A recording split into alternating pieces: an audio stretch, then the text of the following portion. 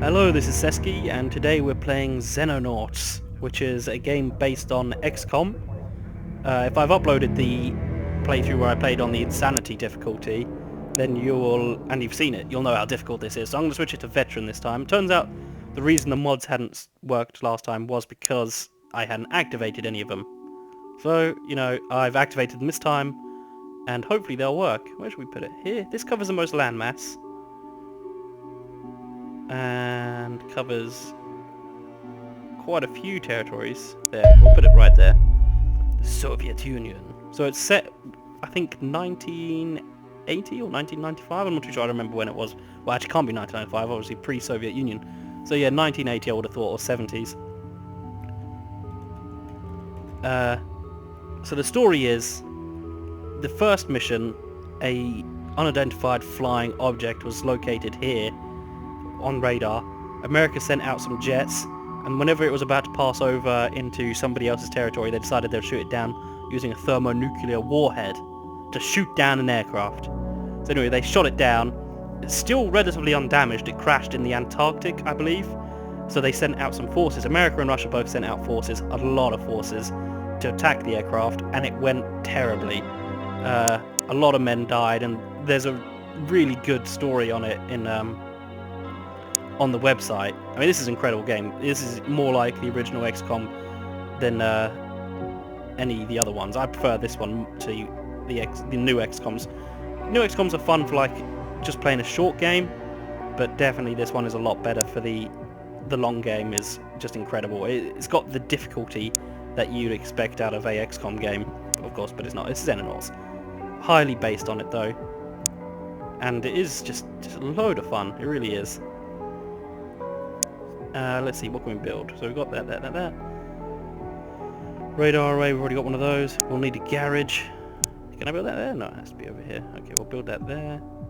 Medical center over here. And some living quarters, because we're going to need them. Here. Maybe a second set here. How many does it increase it by?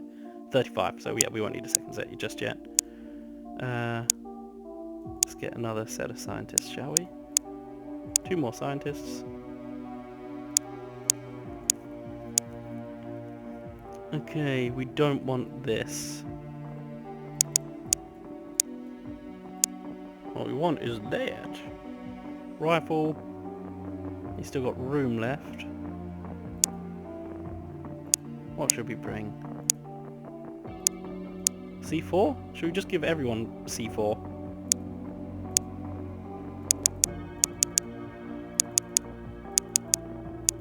Oh, he's super strong. Well, 26 kg, I guess that's not that strong. So yeah, he'll be bringing that, and his name will be, as I've said already a few times, Seski Seskirelli. Yeah, Seski. Corporal Seski. We just need the first names. Hugo. I actually like Hugo as a name. Benjamin Glatt. William Wallace. Sorry if that's spelled wrong, I don't care. Madonna.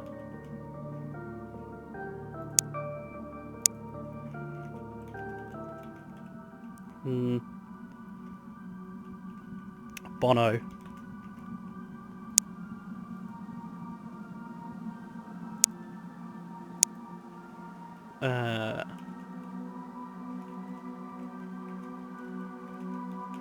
Russian counterpart for Michael Jackson.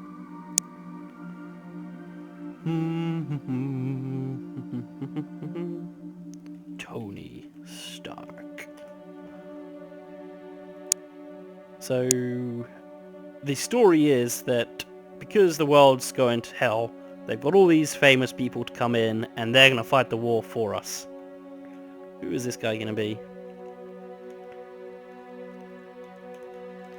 Get our old squad, David Powie back.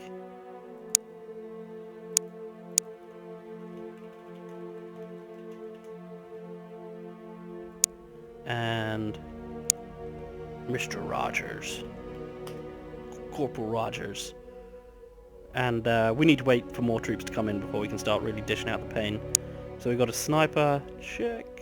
And they've got more room for equipment. More grenades, please. Oh yeah, another assault.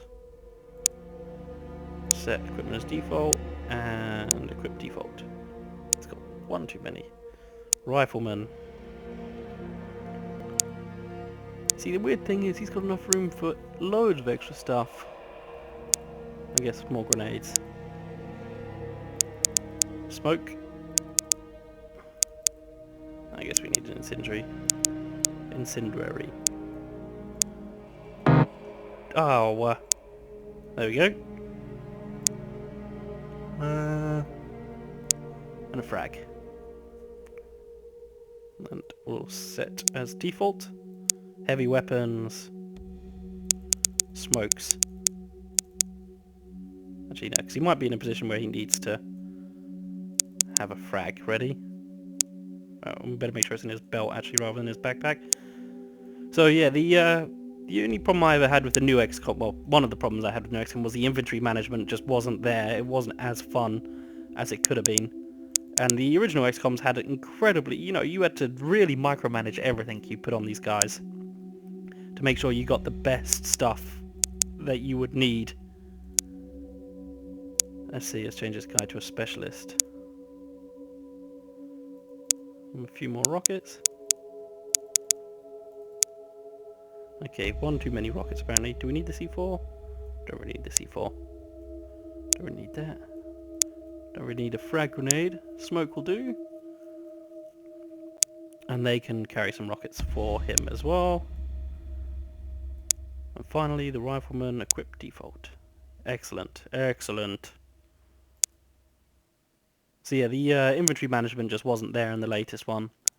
Not fun. Well, it was a very fun game, but it's not as good as the original. The original was just unforgiving in everything. Whenever they ask you to capture a enemy alive, you just think, that's impossible. I can't do that. Oh, look at that. He spawned right next to our base. We should be able to drop him instantly. Intercept. Condor 1 and 2. This is up to you. Yep. Auto-resolve 100% victory, or we can engage it. And occasionally see. So you start off in this overhead radar thing. Again, much better than... I don't understand how they managed to screw up that part of it in the latest XCOM. The air combat, because how hard would it have been to make something like this? This is incredible. I know it's not that much strategy. Once you get into it, it's basically just dodge and fly and all that jazz. Hold on, I'm getting a phone call. Alrighty, okay, there we go, I'm back. What was I saying?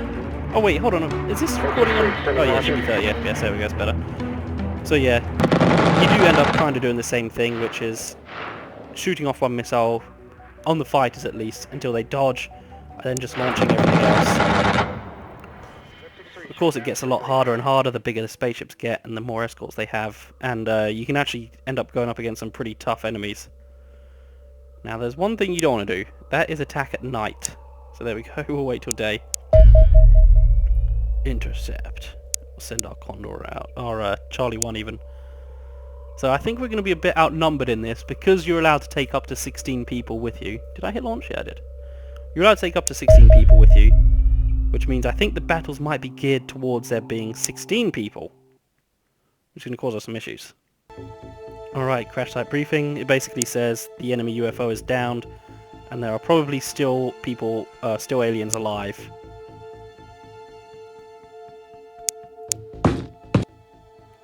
Okay, so that looks clear. So the maps are, or should be at least, completely random on this.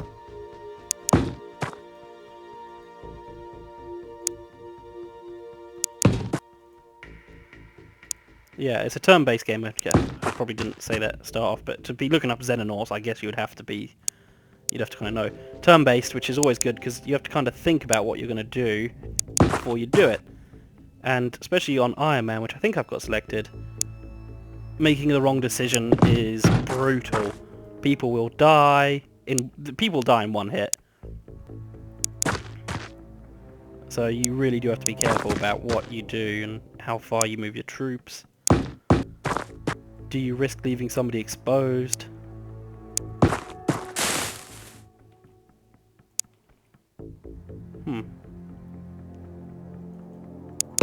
all seems relatively clear.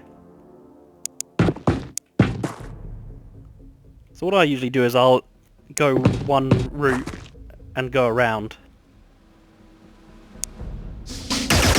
Okay, so there's definitely an enemy there. Why is he running towards them? Who knows? So we know there's an enemy there. There's very little cover between us and them at the moment.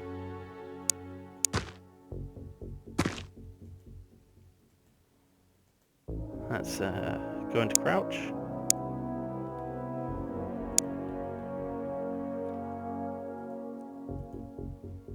What do we got? Can we do anything? We've got a sniper. That's not the best way to do things.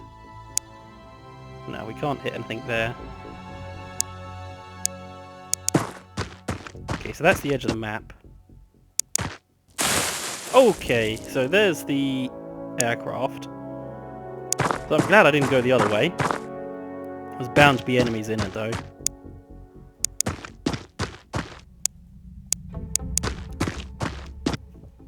I'm surprised there's not more enemies around here. So our mission is to take that aircraft and hold it for a set amount of turns. Okay, good. There we go. He's in cover now. See, my only problem is that these guys are all lined up, ready to be shot at. Oh, and unlike the new XCOM where you only triggered enemies the second you saw them and then that's the only time they'll be triggered, these ones actively move around the map and will have kind of, I think they have kind of like objectives, so they'll be either aggressive or defensive depending on how they're just set to be at the beginning. Okay, good, so we're up against these reptiles. But oh my god, that human is brave. So these reptiles are what screwed us last time. What do we have? We've got C4. There's a human inside their craft.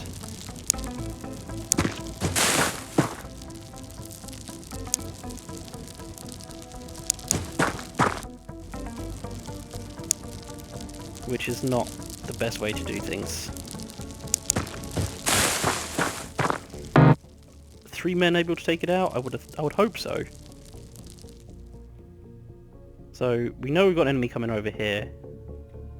We've got that covered at least. So I'd like these two to move up if they can. You can get to here. We'll be out in the open. Oh well. Oh, that's a dead end. Okay, that's handy. It must be a small map.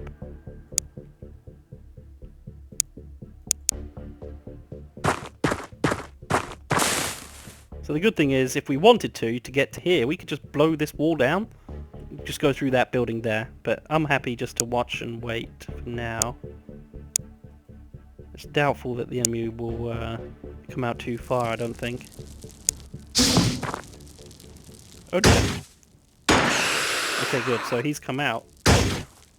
And he's a terrible shot, it turns out. Okay, that's lucky. Kind of. Let's see what we got. So I can either shoot for this amount.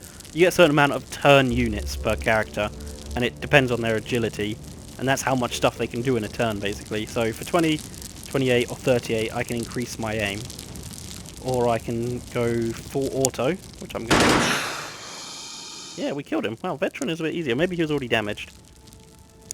See, now, I'm not too sure how many turns we have to survive in Tier 4. But I know that you can win by just being inside the aircraft, which is what we're going to do. There's a lot. Oh, I think there's a massive hole in the aircraft, which is why I can see out this way. Oh well. Let's see, how's it going over here?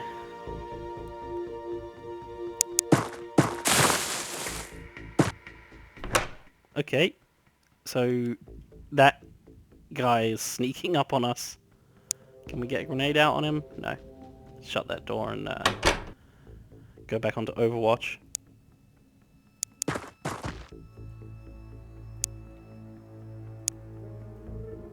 Okay, just everybody watch that door in case he comes through.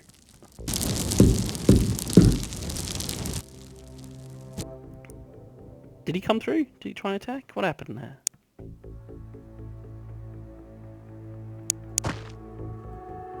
Weird. Can we shut that door?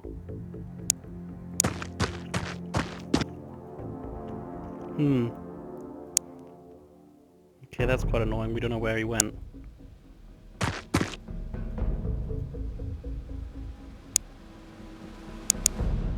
He could have went out that door there. But like I said, I'm just going to hold this aircraft. Oh god!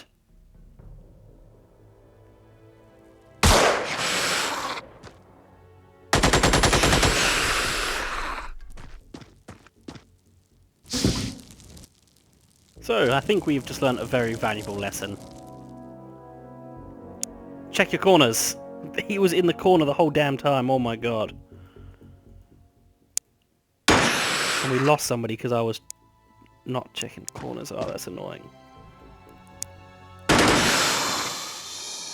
that's not a good way to do business. We should have checked that corner. That was dumb. But there you go, that shows how difficult the game is the fact that obviously they charge in, they're not looking that way, they're going straight in where I told them to go. I can't remember who it was we lost. Anyway, yeah, we're holding our ground here anyway, so that's okay. Oh, see, he got plus 30 health.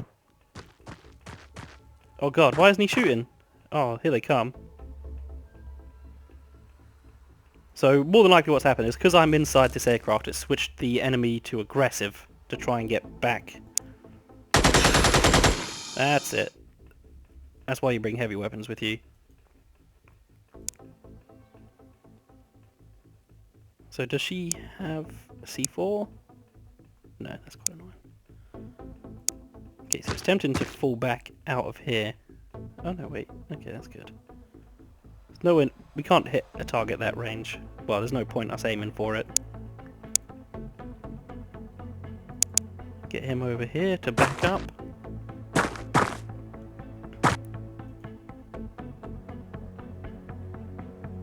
Keep the sniper there, and then turn.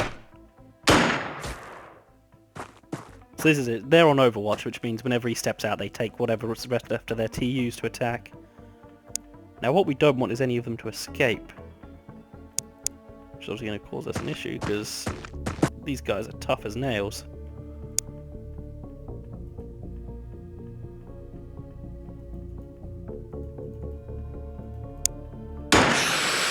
.44 damage, nice. See, the problem is we're in a wee bit of trouble. We can't hit anything. Can she come back in? She can get into cover, kind of. 20 TUs left if we go to there. But he can back up from here at least. So can you... Okay, enter. Ah, mission successful. 2 aliens escaped, but that's not too bad. We lost Corporal David Powie.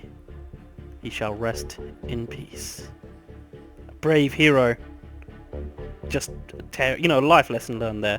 Life lesson learned. Always check your corners. So we can actually research stuff, because we found stuff on that alien aircraft. We can research different types of things to increase our technology and better increase our chances of surviving an encounter with these alien menace. But for our first attack, we attacked and we found them wanting. That was terrible of them. Alien alloys? Oh, they're still researching alien invasion. We haven't got our scientists just yet. Fast mode. Alien invasion. You've probably already noticed, but we're being invaded, Commander. So I won't state the obvious. The situation is bleak. None of the major powers are able to defend their own airspace, let alone protect the rest of the planet. It seems things are up to us. My team stands ready to help. There may only be a handful of us, but some of the finest minds on the planet are at work in your laboratories. This organization offers certain freedoms that other institutions do not appear. The key to beating our enemies is to understand them. We are keen to study any extraterrestrial equipment you can recover from the battlefield. In the meantime, we have been gathering intelligence about the size and composition of the enemy fleet orbiting our planet. most images and data obtained from the orbital satellites or ground-based observatories. Given the depressingly disjointed response from the rest of the planet, this is probably the most in-depth study of the invasion to date. We have conclusively identified 3,000 separate UFOs in orbit around the planet, with several times that amount in additional probable signals. The fleet is comprised of craft of various sizes. The UFOs already sighted entering our atmosphere represent the smallest orbital signatures detected, while the largest signals identified appear to be enormous warships with dimensions rivaling that of our modern aircraft carriers. A glimmer of hope remains. The alien craft seem poorly suited to atmospheric flight. Our interceptors may enjoy some early successes against their superior extraterrestrial vessels, simply due to better adaptation to the combat environment. This may also be explained to the appearance of only the relatively small craft in the skies above our planet. One scientist theorized that the aliens will have to modify their craft to enter our atmosphere. The large craft, the longer this will take. If they are correct, the largest craft will only appear in the later stages of the invasion. Perhaps this will afford humanity enough time to organize a more effective defense. I have two recommendations: that we consider supplementing our existing F-17 Condor aircraft with heavier interceptors capable of carrying more powerful weapons, and that we investigate some of the battlefield support vehicle to aid our soldiers when securing crashed alien craft. Both proposals are already on your desk. Thank you, lead scientist man. This guy, he needs to smile a bit more, I think. So this is our research screen. A big part of the game is working out what you're going to research first and how much time and effort you're going to pour into it. So we are going to go for this hunter-killer car because I know from the beta that this was just incredible. Actually, you know what? I don't know how good it actually is, because I think it was only whenever you lost it you didn't feel like you'd lost anyone, whereas whenever you lose a person you feel really sad. I mean, poor old David Powie. We're going to have to hire him. Well, we're going to have to get more soldiers anyway to fill out our Condor there. Let's see who we got. 62s and 54s, that's a good one. Carsten Weber, hire selected. So yeah, that was episode 1. We are going to continue with this, I believe, because I forgot how fun it was. I mean, I've spent 72 hours in the beta, so it should. Mission de reconnaissance. Bonjour, Commander. Okay, I cannot speak French. Alright, okay. That's understandable. That looks really interesting. That's quite annoying that we can't read what it says. Oh, alright. Well, you know what, like I said, I'm going to call it a day there. Thanks for watching. I hope to see you next time.